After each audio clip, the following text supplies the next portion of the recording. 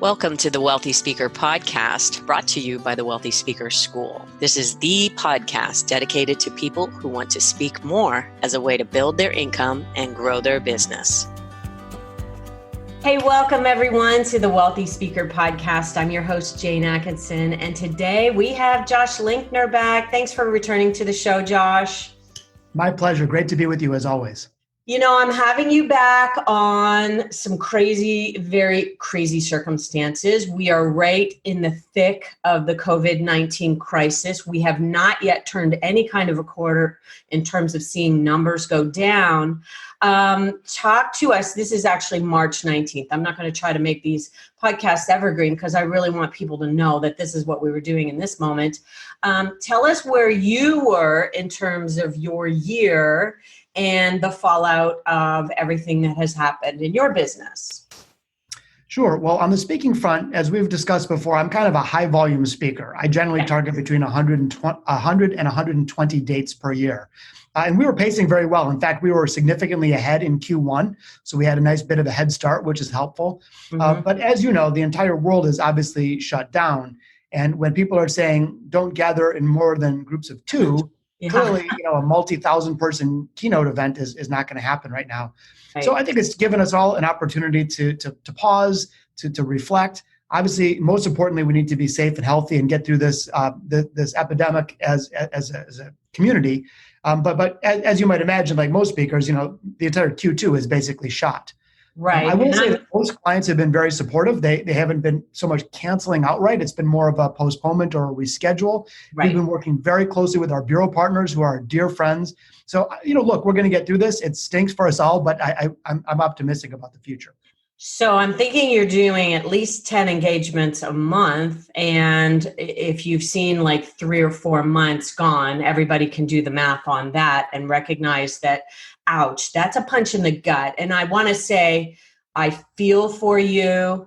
At the same time, I think we need to recognize that we do have listeners that are living paycheck to paycheck, and they probably are feeling that punch in the gut maybe more significantly than you might be. Am I right on that? Yeah, no question. And I certainly don't mean to be crying the blues or anything. No, I know. Together. I'm clear on that. In our business, we estimate the loss this year economically between $1.5 and $2 million in revenue. Yeah. Which, again, it's going to be a tough year.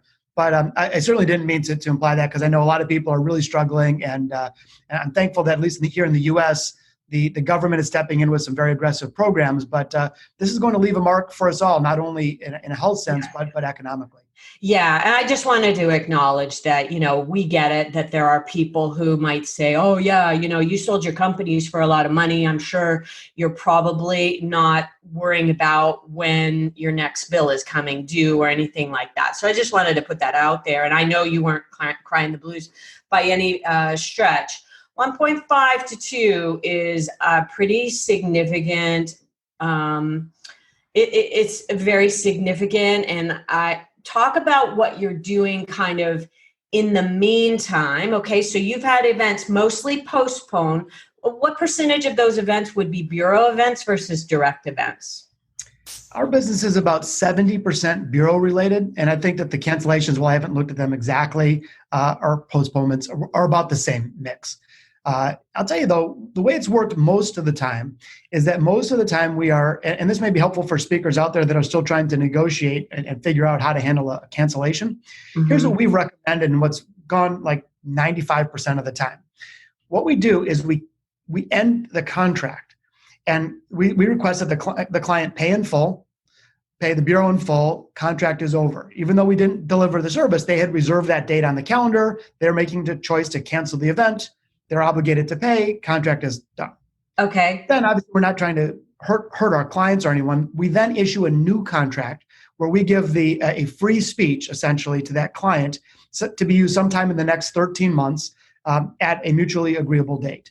So it works better rather than having some lingering obligation in an existing contract to sort of end the first contract. Everybody's paid, commissions are paid, everything's done. And then we again issue a credit essentially to the meeting planner.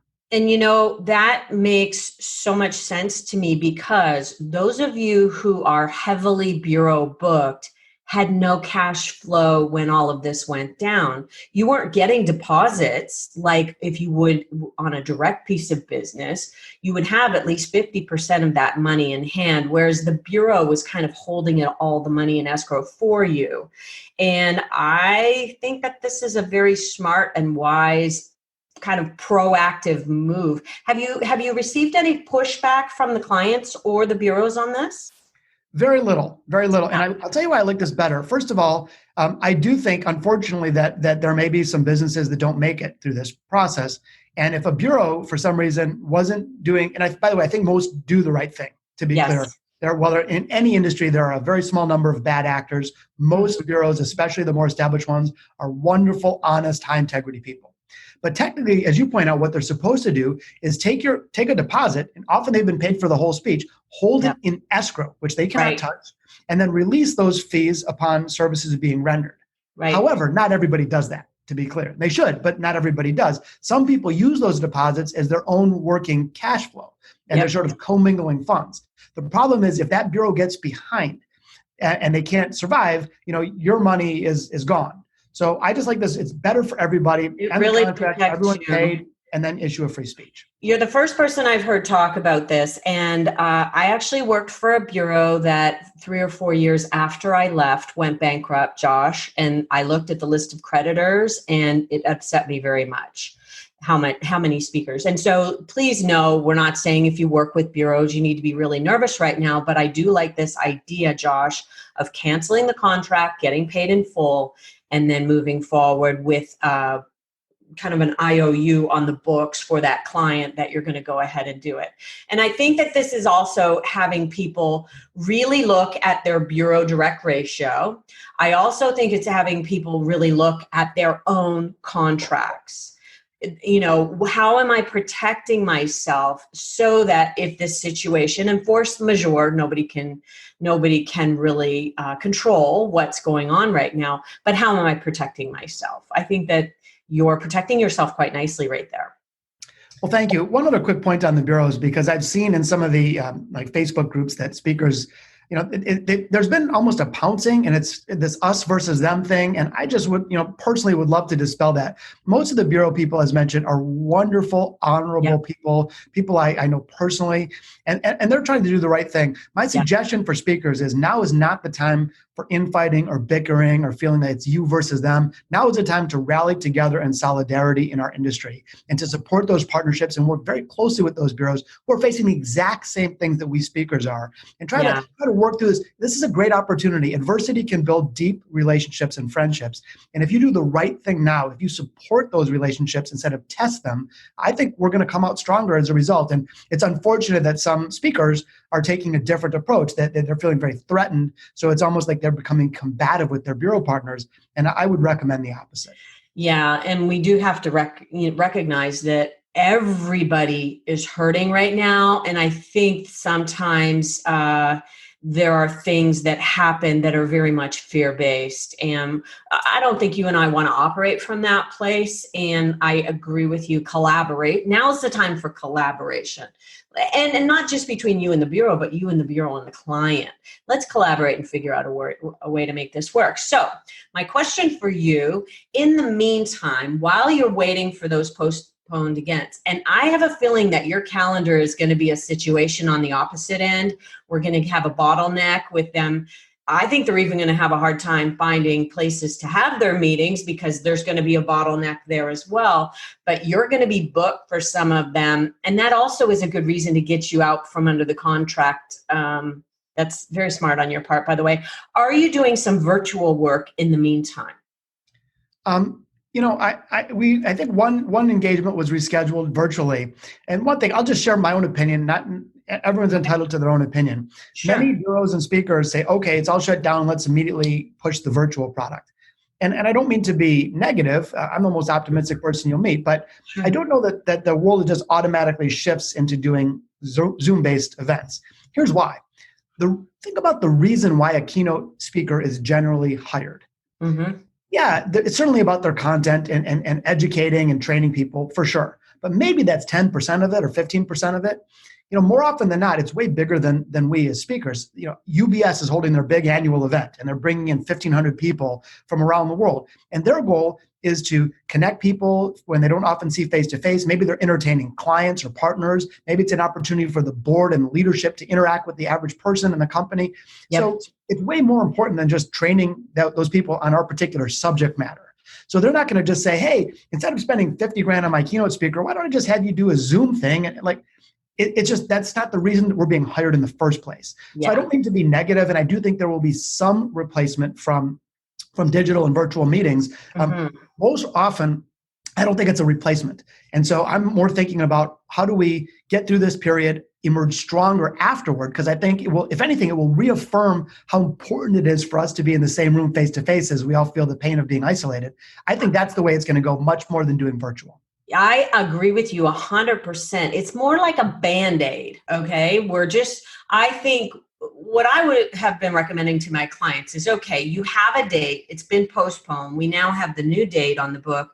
Maybe there's something that you can do with them virtually just to get the conversation started or to help them in some way. One of the things that we talk about is really getting with your clients and saying, how can I serve you in this moment based on what would be perfect for you? And Josh, I had my own live event the first week in March. We were like the last weekend of live events even happening. The following weekend, everything got canceled. And so we were together, and we're also together like this on Zoom with a lot of those people twice a month. It's totally different. And I do think that everybody's going to recognize that the connection that you get from these in-person meetings and the keynote speaker up on the stage in front of 15, you'll never be able to replace that with virtual work. I'm thinking about it more like kind of like a Band-Aid just in the meantime or something like that. That's a great point, Jane. I'm glad you brought that up, because that's what a wonderful suggestion. So let's say you had a live event, you're a keynote speaker, it's rescheduled till next year. What about if you offered to the client, hey, let's begin the conversation now. This is an important topic. Why don't we do once a quarter a free virtual session for your team to begin the conversation? Things like that where you can add additional value. Yeah. Awesome. And it could be a really great opportunity to deepen existing relationships, offer up those things to a bureau, as you point out, not a replacement, but perhaps as an add-on. Yeah. And I'm really glad that your take, because I'm quite sure after 9/11, everybody said, oh no, it's all going to be, remote work now. We're never going to have meetings again. And that didn't happen, but we didn't also have the technology ready in that moment, Josh. I think we have it more ready now, but I think people are going to see really quickly that there's just nothing like being in the room. There's nothing. Yeah, no question. That being said, obviously we're in tough times right now, but just want to reinforce, I think there are great times yet to come. We've talked about this, but the North American speaking industry, there's $4 billion of speeches bought and sold every year. So even if we have an economic contraction, even if it went down by 25%, which I don't think it will, there's still $3 billion of opportunity out there for we speakers. Right. And so I don't think that we should feel that, yes, obviously our Q2 is shot. The rest of the year is going to be a slow rebuild, but longer term, I remain equally optimistic about our industry. Thank you for saying that, because I actually think that a lot of us might be suffering from this term I just caught on to. It's called pre-traumatic stress. We are stressing over the anticipation of what's to come, both from the physical side. I have a daughter who's a nurse, and I lose a lot of sleep worrying that she's not being protected properly, but also from what's coming down on our heads economically speaking. And I agree with you, Josh. I mean, there are people booking speeches right now, today. They're being booked out into the fourth quarter, but they're actually being booked. And so talk more about your ideas as a global business person. Well, just to reinforce that, so last week we booked 2 speeches for this summer, one in July and one in August. Okay. We booked multiple things for September, October, November during this entire thing. So, okay. They all have out clauses, obviously, at this point for the disease. But again, I really don't think that this is going to be a forever thing. I think it's a temporary thing that we'll have to muscle through. In terms of being a global business view, the role that we play as keynote speakers, I think, is really meaningful. So we're there to share ideas, to fire people up, to energize a team or a group. To a degree, if we're brought in by making somebody up, Cisco, and Cisco is entertaining their top 1,000 clients, we are in that case an extension of that brand, of Cisco's brand, and which we can either elevate or hurt, obviously. But I think that the role that we play is critical. And especially if we are really focused on the craft and we treat it seriously, it's not only about the 60 minutes that we're there, it's about the impact that we might leave for the next 6 years. So yeah. I remain optimistic about our field. I think there's so much that we as thought leaders can share with the world. I think we just gotta, we're having some tough times. We're gonna have to muscle through it.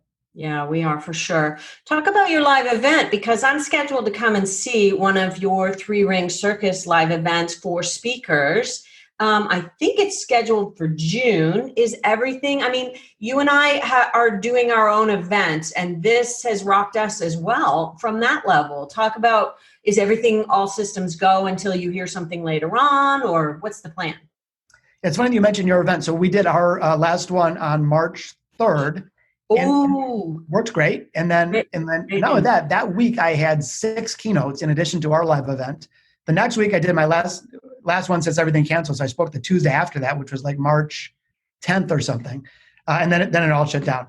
Our next event is June 24th, which is nearly 3 months away. It's still all systems go. We are planning to proceed, but of course we're going to keep a close eye and only proceed if it's appropriate. But the world will rebound. At some point things are going to open back up, and I think the sooner we can all be disciplined to get through it quickly, the more success we'll have going forward. Okay, well, I hope to be there and to see you on June 24th. Talk about kind of what you're doing on a daily basis. You're a pretty motivated guy, and I'm sure you've learned to work from anywhere anyway. Like, this is probably just your world in general. What's been going on in your life these days? I'm so glad you asked that, because I've been thinking about this a lot. Imagine it's 12 months from now and we're looking back. Now we can look back and say, well, what did we do during this downtime? Did we hide in fear? Did we cower in the corner? Did we get nothing done? Did we panic? Or did we do something that we could look back and be proud of, that we could say, what a gift? Not that obviously the virus is a gift, but this extra time is a gift. And so I've been being very, very deliberate. I've been full throttle. Like, I've been 60 plus hours a week, the same way I always am. I'm just not on airplanes. I'm doing other things. And so actually, Jane, I prepared a quick hit list for your guests on some things that they can do as speakers during this downtime, if awesome. I'm okay. I love it. My hashtag, by the way, for this is hashtag productive quarantine. You're stepping right into it. I love it. Okay. Go. Productive quarantine. So that was exactly what I said. Like, how can we be productive during this quarantine? And here are some suggestions. These are things that I'm doing, by the way, and hopefully you as a listener can do as well. Yeah. Number one, go deeper into your domain expertise. If you speak on customer service or innovation or cybersecurity, what a great time to go deeper in your field. The more that we can deepen our expertise, I've read multiple books on innovation since this has happened. I'm reading blogs, watching TED Talks. So the more that we can learn and get better in our craft, in our domain expertise, the more value we'll be able to offer afterwards. I love it. Number 2, grow your body of work. Maybe you go deeper on writing a blog or doing a podcast or writing a book. So not only is it an opportunity to learn more about your field, it's also an opportunity to express more and go deeper into expanding your body of work. Love it. Number 3, expand your footprint on social media. This is something that I kind of stunk at for many, many years. We've gotten better at it over the last 12 months or so. But this is an opportunity to be out there in a thoughtful and appropriate way and building your brand in social media. Number 4 would be enter a new genre. So I've never done a podcast. You're ahead of me here, but we've been planning one for quite some time. And this is an opportunity that we've had to really go deeper in the execution of this. My podcast that's coming out is called Creative Troublemakers. It's sort of an insider's look at outsiders. And that's fantastic. A lot more time going deep on that. I'm so excited about your podcast, Josh. We'll put a link to it in the show notes as soon as you have it ready, okay? Oh, you're the best. Thank you so much. We've got some really amazing folks that we've been interviewing. Number 5, what a great time to sharpen your performance skills. We always say to ourselves, gosh, if I only had time to practice in front of a mirror, if I only had time to study other great speakers and work on really the technical craft of performance, boom, we've got the time. Let's do it. Number 6, create and practice new Keynote content. Same thing. If we find ourselves telling the same jokes that we have for years, what a great time to test some new stuff out and build your content the same way a comedian would practice new bits in her act. Number 7, practice gratitude, shifting away from the tactical here for a minute. Yeah. Look, the world is in a crisis. Let's just be honest about it. But I got to believe that all of us have some things that we can be grateful for. Whether it's our own health, whether it's the opportunity to spend time working on our business that we love. So I don't mean to be preachy at all, but it is an opportunity to get out of the darkness by practicing some gratitude. 3 more quick ones to go. Number 8, get fit. Like many people, I've had the desire to eat junk food and drink a little too much, because we're stressed out. But again, what if we emerge from this period instead of feeling gross, like we ate better and I know the gym is closed, but you can always do push-ups. And again, I'm not trying to be preachy at all, but it's an opportunity for us to take care of ourselves physically to be even better coming out of it. Yep. Last 2, number 9, I'm working on a major brand relaunch. And so if you've been postponing something, like maybe you're looking to do a new website or reshoot your video or something, or reassemble a video, this is a great time to do it. I've been working on a rebrand launch for a little while, and we're going deeper on it. We'll get that project done more quickly. And then the final thing is just an opportunity to recharge. I mean, I know I've said to myself so many times, I'm busy, I'm doing 7 speeches or 8 in a week. And I'm like, gosh, if I only had time to have dinner with my family, if I only had time to read my young kids a book every night. And this is the time to do it. So I say all this with great love and respect that I hope we can all come out of this stronger and better equipped, rather than just rubbing our eyes, like walking out of the darkness and not being better prepared. Yeah, the hashtag productive quarantine really means that your time is spent intentionally, very intentionally and strategically. And I want to add one more to your list, which is focus on what you can control. Because I think that the stress, this idea of pre-traumatic stress, I think a lot of that comes from the unknown and not knowing what's going to happen here with anything. And when we just kind of think through all the scenarios, both good and bad, we kind of allow our mind, I think, to rest on that just a little bit and breathe a sigh of relief. I'm listening to Brooke Castillo's podcast on that right now, by the way, and I'll put a link to that in the show notes. How do you manage stress?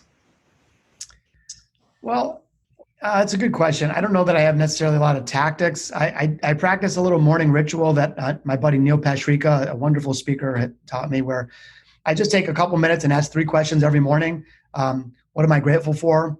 What am I going to focus on today? And what am I going to let go of? And I mean, like you said, there's things you can't control. So if we sit around worrying about the spread of coronavirus, like, what are we going to do? I mean, you should do things you can control, wash your hands and such. But like, if there's things you can't control, worrying is unproductive. Yeah. And so, I have some other things. I play music. I've been playing jazz music for over 40 years. And sometimes I just get in the zone and I tune out the worries of the world. So that's nice. But I would say that if any of us can connect with whatever our own muse might be, mine's playing music, someone else's might be exercising, someone else might be reading a good book, but let's find those moments to de-stress. And like you said, to focus on the things that we can control. By the way, your whole notion of productive quarantine, that's something we can control. And when you start working on a project, you're getting deep in it, all of a sudden you feel like you're in control again. And that can be liberating. Taking action on your content, on your speech delivery, all of that is just something that makes you feel like you're in control because you're actually doing something positive to further your own cause. Now, how old are you? You have twins, do you not? Yeah, so I have 4 kids. I have an older 2, 22 and 20. But I have 3-year-old twins. So I've got, two much older. Okay.